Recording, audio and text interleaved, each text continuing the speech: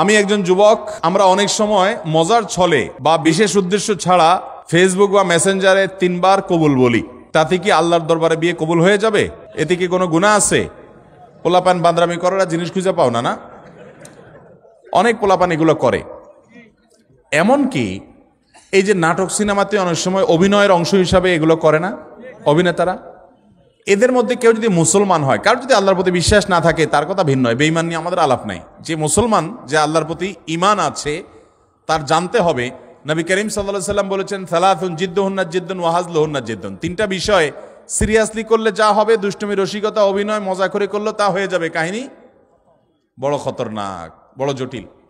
অতএব আপনি দোস্ত দুষ্টামি করে কোনো ক্লাসমেট মেয়েকে বললেন অন্য 2-3 দোস্তের সামনে যে আমি ওরে বিয়ে করলাম,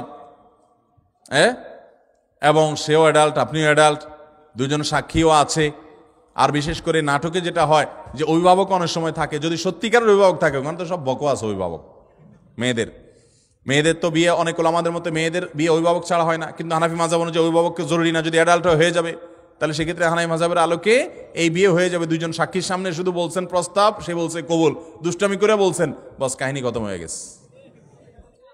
কথা বুঝেন নাই? খুব জটিল একটা বিষয়।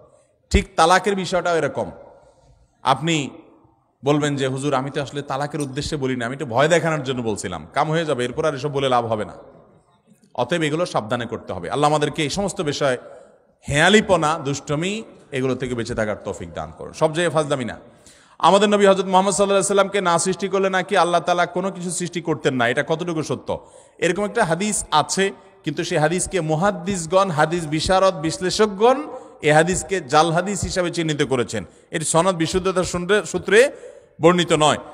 লাউলা খলিকতু লামা খলিকাতিল আফলাক, নবী সাল্লাল্লাহু আলাইহি ওয়াসাল্লাম যদি সৃষ্টি না হতেন আসমান জমিন সৃষ্টি হতো না। ভাইরা আমার, নবী সাল্লাল্লাহু আলাইহি ওয়াসাল্লামের মর্যাদা বলার জন্য মিথ্যা হাদিস বলার কোনো দরকার নাই। আল্লাহ তাআলা তার নবী সাল্লাল্লাহু আলাইহি ওয়াসাল্লামকে, তার হাবিবকে এমনি মর্যাদা দিয়েছেন, তার জন্য ভুয়া হাদিস বানানোর কোনো দরকার।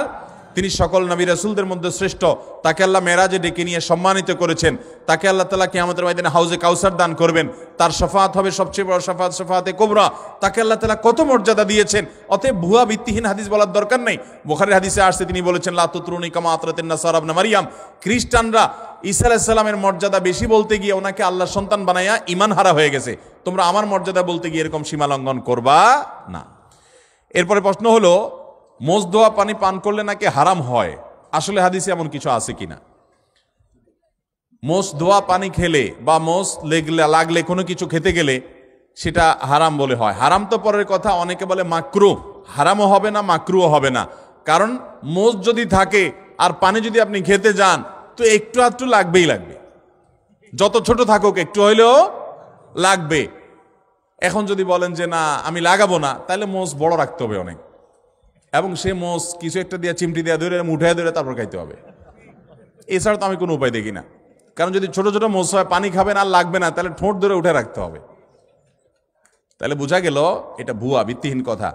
মোষ যদি লেগে যায় ইচ্ছাকৃত, তো মোষ ধোয়া পানি, মোষ ধোয়া খানা, মোষে লাগলে সেটা খাবেন না আপনি। কারণ হলো সেটা তো আর পরিষ্কার করে হওয়ার সময় জীবাণু থাকতে পারে, ধুলাবালি থাকতে পারে। ইচ্ছাকৃত এটা করেও না কেউ, কিন্তু অনিচ্ছাকৃত যেটুকু লেগে যায়, এটার কারণে হারাম তো দূরের কথা, মাকরুহ হবে না। এটা ভিত্তিহীন কথা।